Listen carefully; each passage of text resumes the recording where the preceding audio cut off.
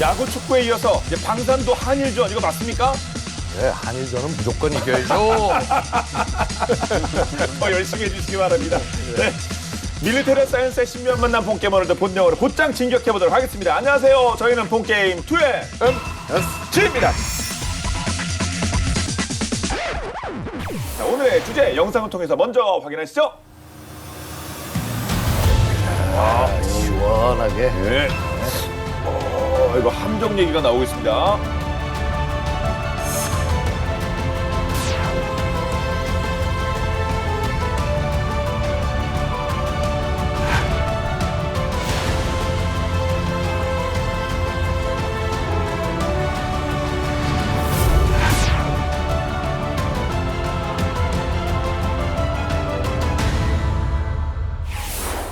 엄청 큰 대여가 떴습니다.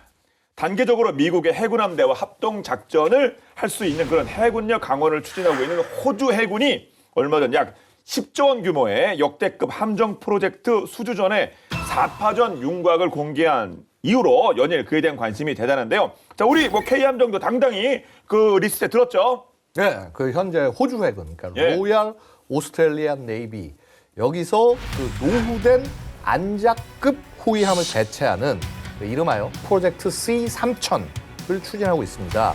지난 5월 24일 호주 정부가 한국을 비롯해서 네. 일본, 스페인 그리고 독일 조선 업체에 정보 제공 요청서 RFI를 요청했습니다.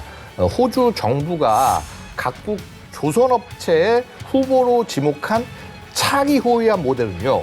한화 오션의 대구급 FFX 배치 2, 자 그다음에 HD 현대중공업의 충남급 FFX 배치 3, 그리고 일본 미쓰비시의 모가미급 30FFM이라고도 불립니다. 일본에서는. 자 그다음에 스페인 나반티아의 알파 3000, 그리고 독일 티센크루프 마린 시스템즈의 매크로 A200 등입니다. 이렇게 4파전인 거죠. 예. 한국은 두 개, 그러니까 한국 두 후배, 개. 이제 두 예. 모델이 후배고요. 예, 후보고요. 예. 호주 해군은 일단 이제 대잠 작전을 위한 그 견인 소나, 그다음에 경월의 운용 능력, 그다음에 해상 및 지상 타격 능력, 대공 방어와 호위 능력 등을 두루 갖춘 다목적 호위함을 찾고 있습니다. 프로젝트 C3000을 통해서 향후 10년간 111억 호주 달러, 그러니까 우리 돈으로 치면 약 9조 7,200여 원을 투자해서 신형 호위함 11척을 획득 구매한다는 그런 계획입니다. 프로젝트 C3000의 최종 선정은 2025년에 이루어질 예정이고요. 1번함의 시운전은 2030년경에 이루어질 예정입니다. 자, 이렇게 되면 향후 호주 해군 함대 수상함 규모는 2040년 중반까지 현 11척, 그러니까 지금 호바트급 3척과 안자급 8척에서 자, 26척이 되는 거예요. 그러니까 헌터급 6척, 호바트급 3척, 그다음에 신형 호위함 11척, 그리고 유무인 겸용 수상함 RSOV 요거 6척으로 이제 늘어나서 한마디로 2차 세계대전 이후에 호주 해군은 가장 큰 규모로 성장할 전망입니다. 네. 그러니까 최근 그 박사님이 호주 출장 다녀오지 않으셨습니까? 예. 이것 때문입니까? 맞습니다. 그러니까 이게 되는 겁니까? 네. 아니 뭐 다 언론 글쎄요, 이렇게 예. 두루뭉술하게 얘기하셔야 되는 거 아닙니까? 맞습니까? 예, 맞습니다. 아니 언론 공개가 다 된 사안이라서요. 예. 저희 국방부 차관님하고 같이 가서 이제 호주의 군 관계자들, 방산 관계자들과 함께 한국과 호주 간에 어떻게 방산 협력을 할 거냐, 네. 한발 더 나가서 어떻게 이 방산 협력을 안보 협력과 연결할 거냐, 이런 거를 가지고 컨퍼런스를 했었어요. 그래서 1차 컨퍼런스였고 앞으로도 이 컨퍼런스가 쭉쭉쭉 잘 되기를 기원합니다. 근데 예. 그렇게 되려면 중요한 것은 일단 우리가 이 사업을 수주해야죠. 예. 그리고 우리 양욱 박사님의 그 출장 어디로 가시냐를 보면 이 밀리터리의 큰 흐름이 보이거든요. 조만간 하와이 가시지 않습니까? 맞습니다. 예. 어떤 하와이도 공개되는 하와이 가시는 거 정도는 비밀이 아닐 테니까. 예. 그거는 그 출장은 내용은 좀. 내용은 밀리터리의 미래를 보고 싶은가 내일을 보고 싶은가 양옥의 출장길을 파악하라. 이렇게 되겠습니다. 예. 프로젝트 C3000 4파전에 현재 가장 열광하는 나라는 왜? 우리는 뭐 두 모델이나 올랐는데 우리가 아니라 무기 수출에 목말라 있는 일본이라고요? 예, 정말 목이 말랐어요. 네. 그래서 일본은 프로젝트 C-3000의 후보로 언급되자마자 이 해상 막류장이 그 일본 장비에 대한 높은 신뢰를 확인할 수 있었다. 야, 해외가 우리를 인정한다 하면서 직접 기자회견까지 열었고요. 아마도 이렇게 주목받아본 게 처음이라서 그런 것 같습니다. 예. 약간 일본 무기의 예. 수출을 더 죄송합니다. 뭐 뉴비 입장에서는 충분히 흥분할 일이라고 생각이 되고요. 처음이니까 누구나 처음에는 좀 떨려요. 뭐 다 될 것 같고 다 그래요. 예. 근데 이제 게다가 이 모가미급이요. 그동안 수직 발사대 그 VLS가 탑재되지 않은 상태였는데요. 올해 안에는 각종 미사일을 수납한 이 VLS가 정식 탑재가 되거든요. 그래서 일본은 그 이번 모가미급의 VLS 탑재를 계기로 해서 자국 호위함의 우위성을 그 어필하는데 진짜 온 힘을 다하지 않을까 이렇게 예상이 됩니다. 네. 일본의 차세대 호위함 이제 모가미급, 이 모가미급부터 차근차근 살펴보겠습니다. 재작년 4월에 취역한 일본함 모가미를 시작으로 해서 올해까지 총 12척의 건조 계획이 잡혀 있다고 하는데, 그럼 여기서 중요한 그 VLS 수제기호 요게 탑재가 되는 건 언제부터입니까? 어떤 함부터입니까? 일단 일본 해상자위대는 예. 2023년 9월 26일 작년에 미쯔비시 중공업 나가사키 조선소에서 모가미급 7번함 니오도함의 진수식을 가졌습니다. 보시는 대로 이렇게 화려한 진수식을. 이제 올해까지 총 12척 건조 예정인 모가미급 호위함 중에 7번함 니오도함에 가장 먼저 VLS가 탑재가 되고 2024년 회계연도에 취역할 예정이라니까 곧 취역한다라고. 그러네. 근데 올해라는 얘기 아닙니까? 네, 그렇습니다. 미쯔비시 중공업이 미국의 로키드 마틴하고 기술 원조 계약을 체결해서 마크 41의 라이선스 생산을 진행해서 16셀의 VLS를 탑재를 하는데요. 향후에는 최소 48셀, 최대 64셀 규모의 VLS가 탑재될 가능성이 크다고 합니다. 예. 그러니까 솔직히 VLS가 있고 없고 이건 뭐 큰 차이 아니겠습니까? 그렇죠. 이제는 군함은 사실은 플랫폼을 제공하는 거고요. 그 플랫폼에 어떤 무기가 장착되느냐가 작전에서 굉장히 핵심이 되는데, 그동안 모가미급은 VLS가 없었기 때문에 대공 능력이나 방공 능력 보완이 좀 시급하다 이런 지적을 많이 받아왔는데, 이걸로서 이제 개선이 되는 그런 상황이죠. 예. 그럼 이 모가미급의 VLS에는 어떤 미사일들이 장착이 되는 거예요? 일단 함수 쪽에는 BAE 시스템즈의 62구경장 5인치 함포 1문, 예. 근거리로는 사거리 9km급의 미국 레이시온의 C램 함대공 미사일, 최대 사거리가 400km에 이르는 미쯔비시 중공업의 17식 대함 미사일로는 웬만한 구축함의 타격력을 이제 능가하는 그런 화력을 가지게 되는 것이고, 네. 그리고 이 17식 대함 미사일은 12식을 개량한 건데 초저공 비행, 그리고 회피 기동 능력이 아주 뛰어난 걸로 알려져 있습니다. 예. 16셀의 MK-41 수직 발사대 한 기가 설치가 됩니다. 예. 사거리 50km급의 미국 레이시온의 림 162 ESSM 시스페로의 개량형이죠. 함대공 미사일을 주력 방공 무장으로 탑재해서 준 이지스급의 대공 능력을 갖췄다. 예. 그리고 그 남은 그 모가미급 호위함 11척에 이제 뭐 장착될 그런 VLS는 또 어떤 겁니까? 작년 11월에 인수한 8번함 유배추함에도 우선적으로 수직 발사대 VLS가 탑재가 됐고, 예. 그 유배추함은 내장 공사하고 해상 시운전을 거쳐서 오는 2025년께 내년이죠. 내년에 취역할 예정이고요. 또 일본 방위성이 작년 방위비 예산에 남은 모가미급 호위함 10척분의 VLS 마크 41의 취득비로 787억 원을 계상을 했고, 실제 납품은 2025년에 3기, 2027년에 4기, 2028년에 또 3기를 예정을 하고 있습니다. 네. 일단 뭐 사이즈가 좀 이렇게 돼 보이는 그런 함정으로 생각이 되는데, 자 그러면 스펙 좀 한번 구체적으로 살펴보도록 하겠습니다. 모가미급 호위함은요, 해상자위대 2선급 함대인 지방대의 기존 주력 전투함인 그 아사기리급 호위함, 그다음에 아부쿠마급 호위함을 대체할 신형입니다.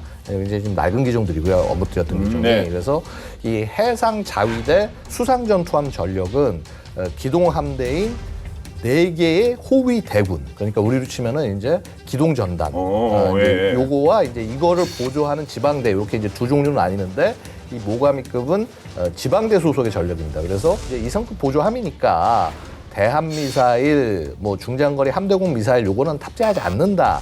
이렇게 준비가 됐고 있었고요. 그리고 이제 애초 개념은 1,800톤급의 작고 값싼 전투함을 만들어서 저강도 분쟁에 대비하자는 예. 그 미국의 그 연합전투함, 그러니까 LCS의 개념의 영향을 받아서 그렇게 설계가 됐었습니다. 하지만 2015년 이후에 중국이 막 엄청나게 그야말로 배들을 찍어내기 시작합니다. 이 대규모 건함 사업에 나서면서 해군력을 정말 폭발적으로 확장을 시키니까 2017년 일본 그 내각회의에서 이 사업 계획을 완전히 뒤엎습니다.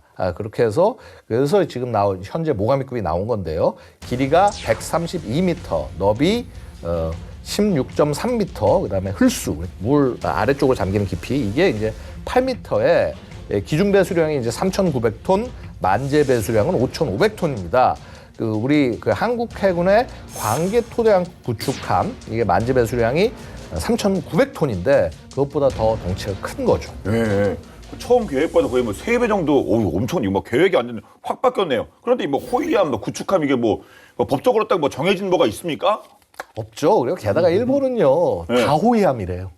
심지어는 뭐 자 항모 이것도 호위함이라고 부르고 예. 그래서 이제 약간 일본이 호위함이라고 부르는 거는 좀 우리가 일본의 특성이 좀 있으니까. 예. 근데 사실 유럽도 좀 그렇고요. 그래서 보면 이 호위함이라는 게 그 현대에 와서 이제 개념은 그냥 구축함보다는 작고 초계함보다는 좀 커서 그래서 대략 1,500톤에서 4,000톤급 정도 사이의 함선을 가리키는 용어로 쓰여 왔어요. 이게 네. 사실 그동안에 우리가 써왔던 용법인데 요즘은 배 크기가 점점 커지고 있어요. 그래서 중형이나 대형 전투함을 이제 뭐 국가별 사정에 따라서 자기가 뭐 필요한 그 용어라든가 이거에 따라서 붙이기 나름이다. 일본 경우처럼. 그래서 일례로 들면은 최근 영국에서 설계한 26형 호위함의 경우에는요. 네.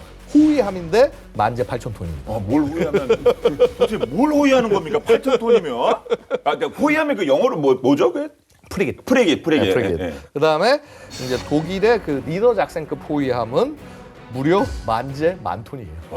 그래서 덩치만 놓고 보면 그 나라에서 정하기 나름이군요. 그렇죠. 네. 미국의 일수 구축함 알레이버크급이랑 사실 거의 필적하는 사실상의 구축함이지만 호위함으로 이제 구분이 됐습니다. 그런데 이 모가니급의 뭐 크기도 크기지만요. 사실 중요한 게 이제 세부 성능이지 않습니까? 이게 원래 모가니급 2선급으로 건조됐다고 하는데 세부 성능을 살펴보면은 주변국의 어떤 전투함에도 밀리지 않는 강력한 1선급의 능력을 갖추고 있어요. 우선 그 전체 선책을 보고 있으면은 외형을 보시면은요. 네. 이게 바로 이제 스텔스 외형 설계를 채택한 겁니다. 이렇게 윤곽선이 굉장히 간단하죠. 그간 막 일본이 지어온 배들 보고 있으면 막 이일삼도 막 엄청나게 막 복잡한 그런 느낌이었는데 자 많이 단순화됐고요. 자 무엇보다도 이 모가미급의 가장 힘든 능력은 뭐냐면 자 이거 보이시나요? 요거 지금 4개? A사? 그렇죠. 그래서 이 그 사면 고정형의 능동 전자 주사식 위상 배열 레이더 A사 이게 OPY2라고 일본은 명명했습니다. 이제 이게 장착이 됐다는 거고요. 일본이 1990년대 중반부터 꾸준히 발전시킨 함정용 위상 배열 레이더, 일본판 이스 레이더의 최신 버전입니다. 그러니까 뭐 미국 이스 레이더처럼 내면을 딱 고정시키는 이제 이런 형태고요. 이 OPY2의 구체적 성능 공개되지 않았는데요. 뭐 일단은 대략 추정되는 바는 500에서 600km급의 거리를 탐지를 할 수 있고 약 20개의 표적과 동시 교전 능력을 갖췄다. 그래서 뭐 이거 뭐 사실상 이지스급 레이더다 이렇게 이제 평가가 됩니다. 기존의 호위함과 차별화된 점은 기뢰전 능력의 도입이에요. 또 일본이 이제 이 소해 작전 능력이 뛰어나죠. 대기뢰전 소나 시스템 OQQ-11을 탑재하고 있고요. 함미에서는 기뢰를 매설할 수 있는 장비와 함께 기뢰 수색용 수중 드론, 그러니까 UUV, 언더워터 언맨드 비클. 자, 그다음에 기뢰 제거용 무인 해상선, 언맨드 서피스 비클 이렇게 이 두 가지를 운용을 할 수가 있습니다. 자, 모가미급 호위함의 코드명은 30FFM인데 이 FF는 프리깃의 약자고요. M은 기뢰, 그러니까 마인을 뜻하는 예. 그런 의미와 함께 또 다목적을 뜻하는 멀티포퍼스, 멀티미션 그런 의미를 가지고 있습니다. 그래서 본 함선이 지닌 다목적 임무 능력을 강조하는 그런 의미고요. 그래서 뭐 요약하자면 모가미급은 대잠전, 대수상전, 대공전 이외에 기뢰전까지 수행할 수 있는 다목적 호위함으로 등판한 거죠. 예. 뭐 이렇게 뭐 커지고 또 강력해진 모가미급으로 일본의 무기 수출이 이제 본격적으로 물꼬가 트이는 것이 아닌가 뭐 긴장해야 될 부분인 것 같긴 한데요. 근데 일본은 뭐 평화헌법인가봐 있어가지고 수출 이렇게 하는데 제약이 좀 있지 않습니까? 그런 부분에 저촉되는 건 없나요? 이걸 보려면 좀 전반적인 상황들을 좀 체크를 해야 되는데요. 네. 일단은 지금 상황은 호주 정부가 이번 프로젝트 C3000을 통해서 11척의 신형 호위함을 도입을 하는데 11척 중에 1척은 3척은 최종 선정된 국가의 조선업체에서 건조해서 도입하고 나머지 8척은 호주의 국내 조선업체에서 진행한다. 이제 이런 관점이거든요. 네. 즉 이 4개국 가운데 한 나라가 개발한 호위함의 설계를 채택을 한 다음에 이걸 수정해서 자국에 필요한 형태의 함정을 공동 개발하겠다 뭐 이런 계획인 건데 여기서 공동 개발이라는 키워드가 굉장히 중요한데 일본은 방위 장비 이전 삼원칙에 따라서 무기를 수출하려면 반드시 공동 개발을 해야 됩니다. 아, 그냥 완제품으로 그냥 바로 수출 뭐 이런 게 아니군요. 네. 그것도 이제 바뀌어온 역사가 있는데요. 네. 아베 신조 총리 재임 시절이던 2014년에 무기 수출을 제한적으로 허용하는 방위 장비 이전 삼원칙을 만들어서 수출 요건을 사실 완화를 한번 했어요. 이에 따르면 일본은 원칙적으로 외국과 함께 공동 개발한 방위 장비를 제3국이 아니라 그 공동 개발한 나라에만 수출하는 것을 허용하는 네. 이게 2014년에 이제 이렇게 정해졌는데 그런데 기시다 후미오 정부가 지난 3월에 이것도 개정을 합니다. 외국과 함께 개발한 완성품 무기에 제3국 수출도 허용한다. 조금씩 완화가 되는 거죠. 이거는 원래 어떻게 생긴 거냐, 왜 생긴 거냐면은 그 영국과 이탈리아와 공동으로 개발 중인 차세대 전투기의 제3국 수출을 위한 조처로 지금 미리 마련을 한 건데 결국 일본이 무기 수출에 이제 적극적으로 나서겠다라는 걸 완전히 천명을 한 거나 다름이 없고요. 그렇겠네요. 네. 사실 일본은 이런 방식으로 좀 실적도 내고 있습니다. 지난해 11월에 필리핀의 방공 레이더를 납품해서 2014년 방위장비 이전 3원칙이 시행된 뒤에 처음 완제품 형태의 방위장비를 수출하게 됐고요. 지난해 말에는 또 일본에서 생산한 패트리어트 미사일을 미국에 최초로 수출하기로 결정이 됐죠. 아, 일본도 이 방위 산업 쪽에서 수출 부분 많이 신경을 쓰고 있네요. 그런데 호주가 뭐 이렇게 대규모 해군력 확장에 나서는 이유 역시 뭐 중국 쪽 견제 뭐 이게 중요한 요인이겠죠?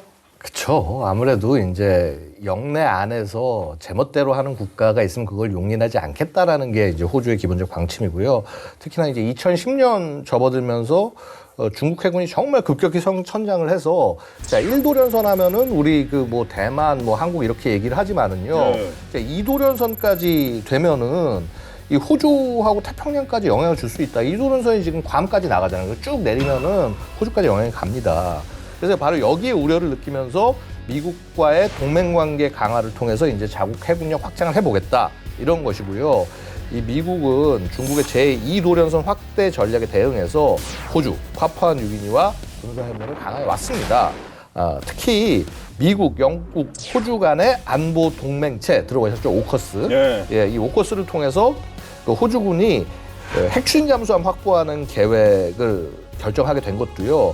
결국 이제 중국에 대응하기 위한 거죠. 그래서 은밀하게 기동하는 핵 잠수함 부대 자체가 이 중국의 팽창 전략을 효과적으로 막을 수 있는 중요한 자산으로 기능할 수 있는 겁니다. 예. 뭐 중국과 호주의 어떤 뭐 이 긴장, 뭐 무역적도 그렇습니다만 뭐 실질적인 뭐 난타전 현재도 진행형 아니에요? 네, 지난해 11월에 양국 해군이 직접 충돌하는 상황이 있었죠. 중국 동쪽이자 일본의 배타적 경제 수역에서 유엔의 대북 제재와 관련된 지원 작전을 벌이던 호주 해군의 HMAS 투움바함 이게 프로펠러가 어망에 걸리는 일이 생겼습니다. 어망에 걸렸으니까 호주 해군의 잠수부가 투입이 됐죠. 이걸 빼내려고. 근데 이때 중국 군함이 접근해서 호주 측의 거리 유지 요청을 무시한 채 다가왔고 음파 탐지기를 작동해서 잠수부들이 다쳤다는 겁니다. 아, 그 어떻게 띵 이렇게 하면 이렇게 인체 영향이 있나 보군요. 예, 강한 음이 나오게 되니까 이제 영향을 받게 되죠. 사실 중국군의 작전으로 호주군 인원이 직접 부상을 입은 것은 사상 초유의 일이라 현지에서는 소나 공격이라는 표현까지 등장을 할 정도였고요. 한편 중국은 뭐 해상에서 우발적 충돌 방지 행동 기준 등 국제 규칙을 엄격히 지켰다고 주장을 하고 있고요. 또 가장 최근에는 지난 5월 4일에 서해항공 국제수역에서 중국 전투기가 예. 호주 해군 헬리콥터를 향해 동명탄을 쏜 일이 있었습니다. 서해요? 네. 이거 어디 서해예요? 그러니까 한국 서해안하고 우리 서해요, 저기 예, 우리 옆에? 서해죠. 예. 우리나라 서해에서 이러는 일이에요? 우리 서해하고 중국 동해안 사이에 네. 있는 국제 수역이죠. 예, 우리 영토는 아니고 예, 당연히. 예. 이 안에서 이제 호주 구축함인 HMAS 호바트함이 유엔의 아르고스 작전에 참여를 하고 있었어요. 이건 이제 유엔 안보리의 대북 제재 결의 이행 차원에서 2018년부터 북한 선박의 불법적인 화물 환적 활동을 예. 감시하는 그런 작전인데, 이 HMAS 호바트함의 시오크 헬기가 작전을 수행하던 중에 갑자기 중국 공군의 젠10 전투기가 나타나서 헬기의 진행 방향으로 조명탄을 발사를 했는데, 중국 전투기가 발사한 조명탄이 헬기 전방 300m 앞 상공 60m에서 터진 겁니다. 예, 굉장히 가깝게 터진 거죠. 그렇죠. 이거 서로의- 지상도 아니고 공중에서는 그럼요. 속도를 생각을 하면. 속도를 생각하면 예. 다행히 헬기 조종사가 급히 회피 기동을 해서 뭐 인명 물적 피해 발생을 하지 않았는데 굉장히 위험한 상황이었고, 물론 여기에 대해서도 중국은 호주 측의 도발에 대한 정당한 조치였다고 주장하고 있죠. 그동안에도 이렇게 계속 뭔가 그 갈등의 요소들이 좀 많이 있었나 봅니다. 자, 그런데 세계는 지금 뭐 최첨단 신기술이 적용된 스마트 함정 도입을 통한 해군력 증강에 박차를 가하고 있는데요. 2차 세계대전이 한창이던 이때 모든 해상 전력이 괴멸될 위기 상황에서 헝그리 정신에 기반한 아주 신박한 방법으로, 무슨 헝그리 정신으로 되겠어? 왜 진짜 헝그리 정신 맞습니다. 저게 철통 같은 포위망을 뚫고 무사 귀환한 헝그리 정신의 끝판왕 함정이 있다고 하는데요. 어떤 방법이 통했을지 본방 야사에서 보시죠.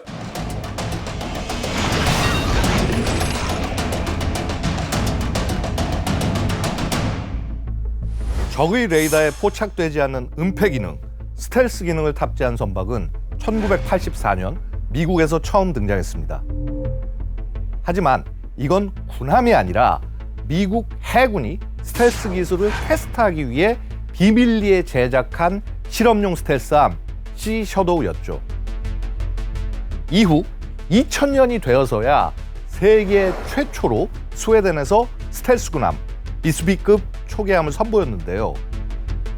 그런데 이보다 58년도 더 전에 혈혈단신으로 적의 포위망을 뚫고 나온 스텔스 군함이 있다고 합니다. 대체 어떻게 스텔스 기능을 적용한 걸까요?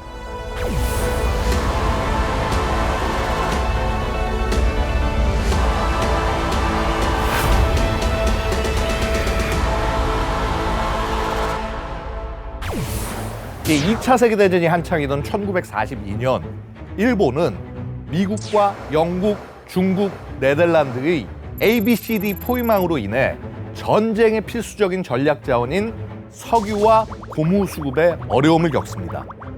이에 일본은 강력한 해군력을 앞세워 동남아시아를 점령하는 남방 작전을 펼칩니다.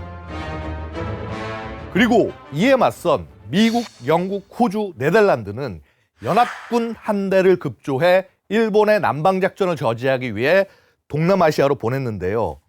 하지만 남방작전 직전 일본의 진주만 공습으로 미국의 해군력은 크게 꺾인 상태였고, 다른 국가들은 대부분 지중해와 북해 등지에서 독일, 이탈리아 해군과 전쟁 중이었기에 전력이 매우 부족했습니다.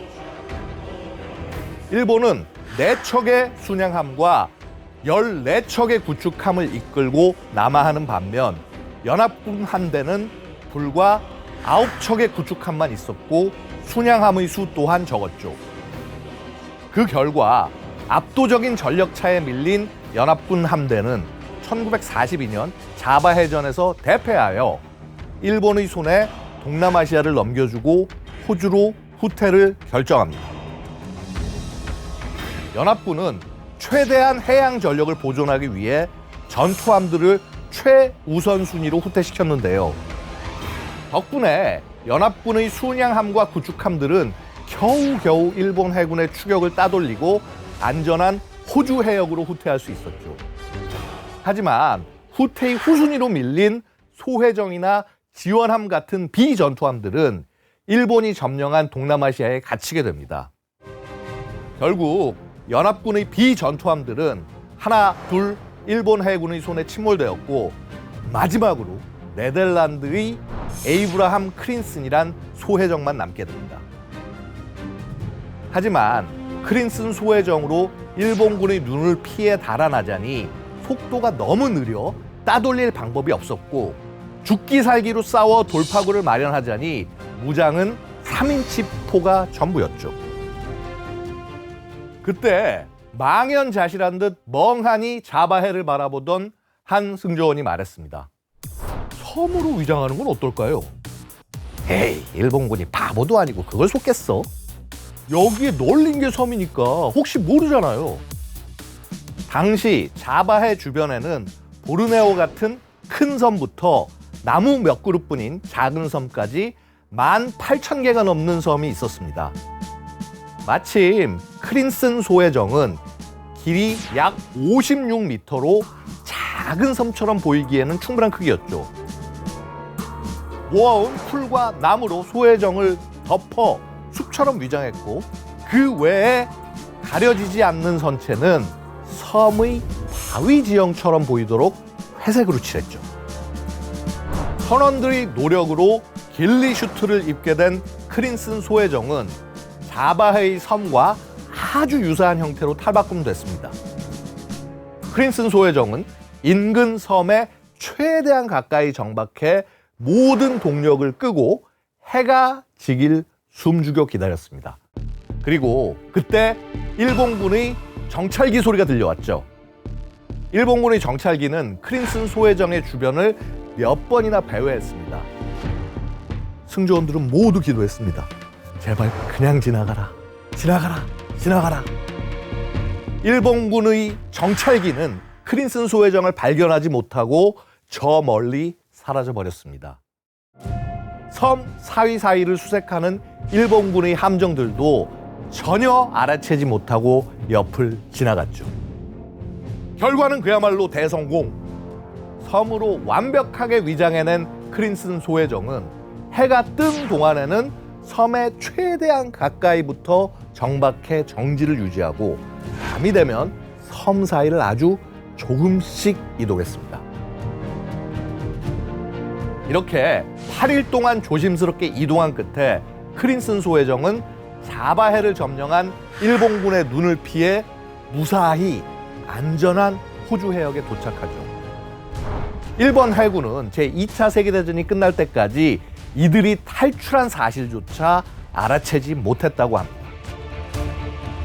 무장도 변변치 않은 작은 소해정이 온갖 무장을 탑재한 군함과 정찰기가 봉쇄한 바다에서 섬으로 위장하는 기발한 아이디어 덕분에 생존할 수 있었는데요. 때로는 번뜩이는 지혜가 전쟁 속에서 총보다 강력한 무기가 된다는 것이 증명된 순간이 아니었나 싶습니다.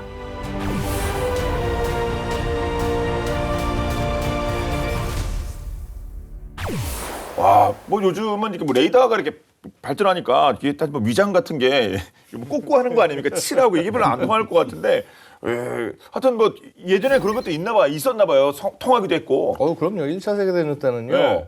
얼룩말 무늬를 위장으로 활용했어요. 배에다가요? 네, 배에다가. 더 눈에 띄는 거 아닙니까? 그러니까 이게 무슨 위장이냐 싶은데 이게 이제 당시에 해군에게 가장 큰 악몽이 유보트예요. 아, 그렇죠. 잠수함에.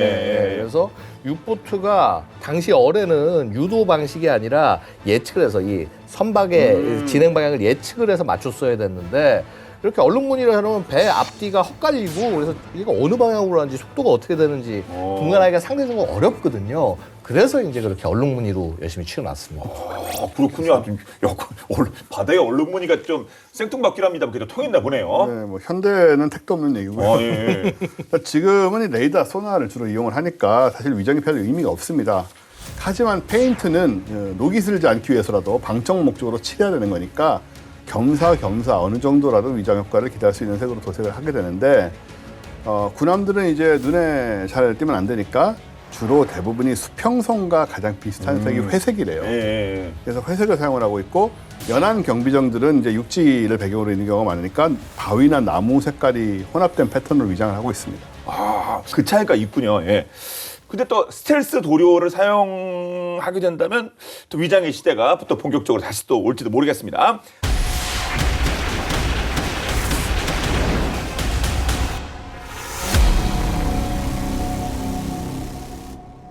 다시 본론으로 돌아가서 호주 정부가 총 11척의 신형 호위함을 도입하는 프로젝트 C3000.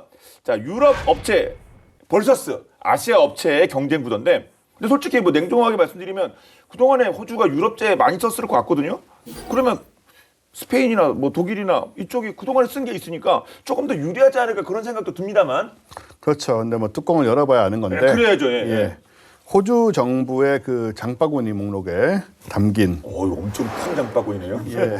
뭐 쉽죠, 뭐. 예. 우리 온라인 장바구니 보면은 잔뜩 넣어놓고 안 사잖아요. 그래서 그 중에 하나 고르고 비슷한 거 해놓고 뭐 그런 상황인 것 같은데. 일단 찜만 해놓죠. 예. 몇백만 원은 아마. 그러니까요. 어쨌든 이 호위함들의 스펙을 좀 살펴봐야 될 것 같은데, 먼저 스페인의 나반티아사의 알파 3000부터 아까도 얘기 나왔지만 예, 보시면은 민간용 선반하고 군용 함정을 건조해온 유럽 5위의 조선 업체인데 역사가 무려 1730년에 설립이 됐습니다. 와, 진짜 뭐 유서 깊은 뭐 100년 기업 정도가 아니네요. 이거 예, 뭐 이거. 나폴레옹보다 훨씬 전의 얘기니까 아, 그래요? 예, 어마어마하게 오래된 프랑스 대혁명 막 그거 아닙니까? 그때보다도 전입니다. 와. 스페인의 수건 사업이었던 그 스키 점프대를 갖추고 있는 길이 230m, 만재 배수량 27,000톤의 스페인 사상 최대 규모의 다목적 상륙함인 후안 카를로스 1세를 건조한 것으로 또 유명하고요. 예. 호주 해군의 제안을 알파 3000은 최근에 베네수엘라 그리고 사우디아라비아 해군에 선택된 자사의 아반떼급을 발전시킨 모델인데 최근 그리스 해군에도 제한되고 있는 모델입니다. 이게 이제 모형이죠. 아, 예. 이 사진은 지난 7월에 서호주 퍼스에서 열린 인도양 방어 및 안보 컨퍼런스에서 2024에서 나반티시아가 선보인 이제 모형인데요.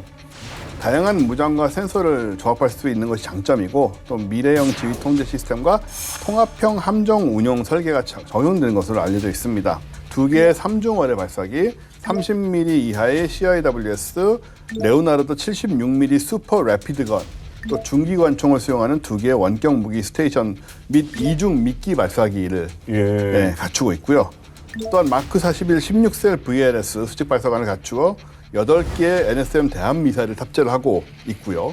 또 MH-60R 시오코 헬리콥터용 착륙 패드와 경납고도 포함이 돼 있습니다. 아, 뒤에 있네요, 뒤에. 그림 중에. 예. 그래서 모형이라 좀 그렇긴 하지만은 좀 나름 많은 것을 갖추고 있는 그런 함선이고, 또 연료 소모율이 적은 이 코데드, 컴바인드 디젤 앤 디젤 방식 추진을 갖추고 있고, 요거는 이제 디젤 엔진 두 개로 하나의 스크류를 돌린다고 보시면 됩니다. 네. 그런 방식인데, 이런 추진 방식으로 장거리 항속 성능하고 또 상대적으로 적은 운용 비용을 장점으로 내세우고 있고요. 당연히 능동 위상 배열 A사 레이더, 이거는 이제 호주의 CEA 테크놀로지사의 그 시파라는 이제 모델이 탑재가 되고요. 예. 그리고 사진 보니까 깨알같이 캥거루 그림, 이것도 호주 분들에게 뭔가 이제 긍정적 요소 작용하려고. 예. 수백 년대 수출 실적도 꽤 된 그런 그 회사군요. 근데 뭐 아주 옛날에야 다 범선이고 그런 거였겠지만 네. 일단은 호주 해군이 지금 세 척을 운영 중인 호바트급 이지스 구축함의 원형이 바로 이 나반티아사의 F100급 호위함입니다. 아, 이미 경험이 있군요, 또. 예, 호주가. 호주하고 관련이 있죠. 이미 호주가 그 스페인 함정 건조 및 운용에 익숙해져 있다는 의미인 것이고, 이거는 기술 공통성 유지라는 측면에서 이 나반티아사가 가장 유리한 고지를 먼저 점령하고 있다고 말할 수 있는 거죠. 예.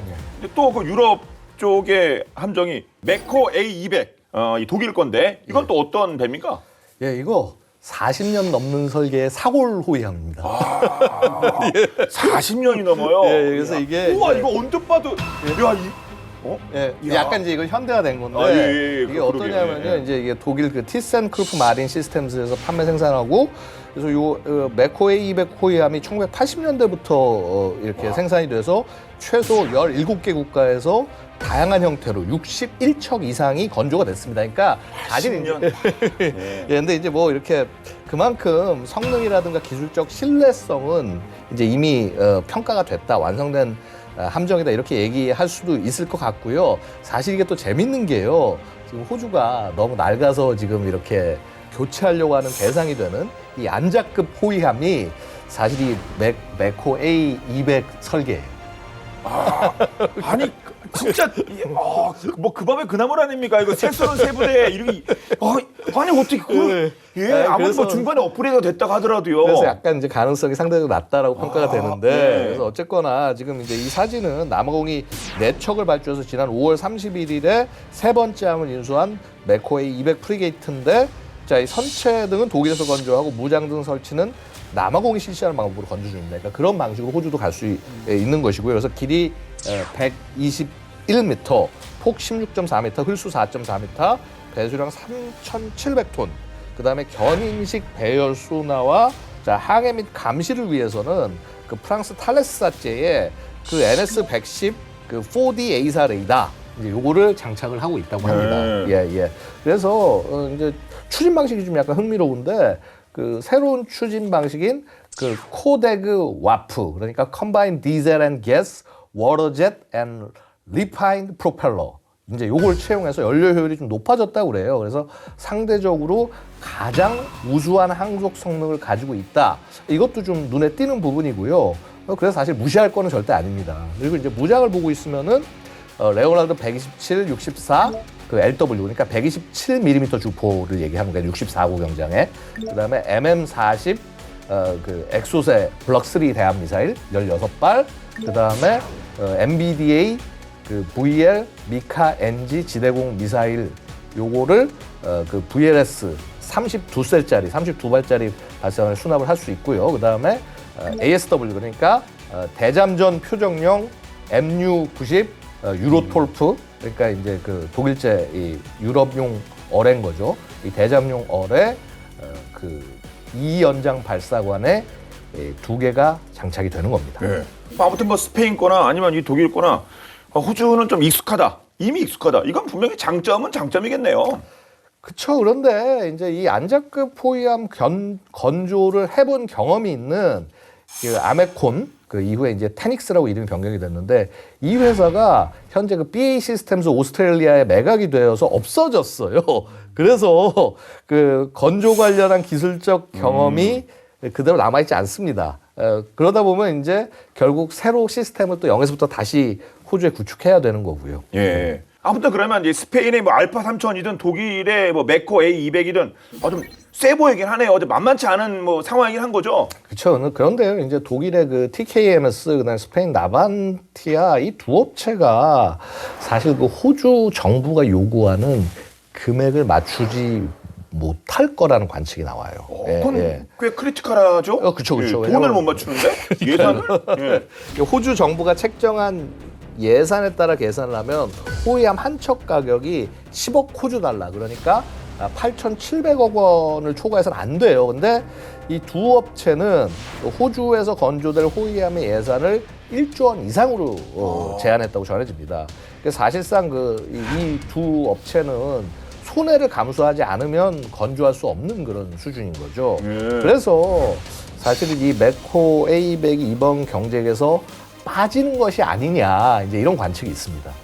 하여튼 뭐 그 회사 입장에서 뭐 출혈 입찰할 수는 없는 거니까요. 예. 그러면 8,700억을 초과해서는 안 된다. 이게 호주의 제시 가격이라고 했는데 그럼 한국과 일본은 어느 정도를 제시했을까요? 통상 대국급 포위함은 한 척에 3,400원. 어이구 여유가 많네요, 아주 그냥. 예. 그다음에 충남급 포위함은 한 척에 4,000억 원. 그래도 여유가 많네요. 그런데 일본의 모가미급 포위함은 한 척에 500억 엔이니까 4,400억 원. 우리보다는 그래도 좀 여지가 좀 그러네요. 예. 아주 큰 차이는 아니고요. 또 해외 모델을 호주 현지에서 건조할 경우에 가격이 약 2배로 늘어나는 상황들이 있습니다. 그래요? 예, 이게 뭐 그냥 복잡한 문제들이 얽혀 있는데 그래서 호주 국방부가 추산한 예산 범위를 충족하는 함종은 바로 이 대구급과 충남급, 모가미급 정도이다 이렇게 봐야 될 것 같습니다. 그럼 아무래도 뭐 현실적으로 봐서 유럽 쪽은 좀 어려울 것 같네요. 뭐 금액도 그렇고요. 네, 사실 환전이 되는데 네. 근데 우리 팀이 두 팀입니다. 그래서 HG 현대중공업하고 그다음에 하나오션하고 미쓰비시 중공업이 겨루는 3파전이 된다. 와, 진짜 한일전이네요. 한국하고 일본만 남았으니까. 네네. 아니 호주는 뭐 어떻게 하길래 현지 건조 비용이 뭐 다른 데에서 만든 거에 2배 뭐 이런 얘기가 나오는 겁니까? 뭐 어떤 그 프로세스예요 도대체? 6조 2,600억 원이 되고 만 것입니다. 아 이거 계산이 도대체 어떻게 되면 그렇죠 이게. 세종대왕급 한 척 가격이 1조 원 정도인 것을 감안하면 어마어마하게 말도 안 되는 여기서 이러니까 짓고야 되는 거 아닙니까? 2년이면 만들 군함을 8년 동안 붙잡게 되는 거죠. 와 이거. 근데 우리는 이제 대표 선수가 이제 그 둘입니다. 그쵸. 대구급과 충남급인데 자, 페일런스 근접 방어 체계, 예. 홍상호 대잠 로켓과 해성 대함 미사일, 해궁 함대공 미사일, 해룡 전술 미사일 등 집약돼 있네요. 예. 그렇죠. 총망나. 예. 그래서 세트로 저희는 딱 다 접근을 합니다. 우리 세계 1위인 HD 현대중공업 있어요. 아 우리 도입국이 요구하는 대로 다 만들어줄게 그대로. 일단 현지 언론은요, 일본이 네. 근소하게 우세하다 이렇게 예상하는 분위기예요. 아직까지는 그런가 보네요. 예, 예. 모가미급 단점도 한번 짚어봐야 되지 않겠습니까? 자, 바로 추진 체계입니다. 배가 못 나가면 문제 아닙니까? 뭐 엔진 뭐 그런 거 아닙니까? 그렇죠. 예. 그래서 이제 얘가 왜 이렇게 싼가 그랬더니 심장이 약해. 그리고 이번에 호주 호위함 도입 사업에서 그 모가미급이 충남급을 뛰어넘을 수 없는 약점이 하나 있습니다. 아 뭡니까 그건 또? 바로 아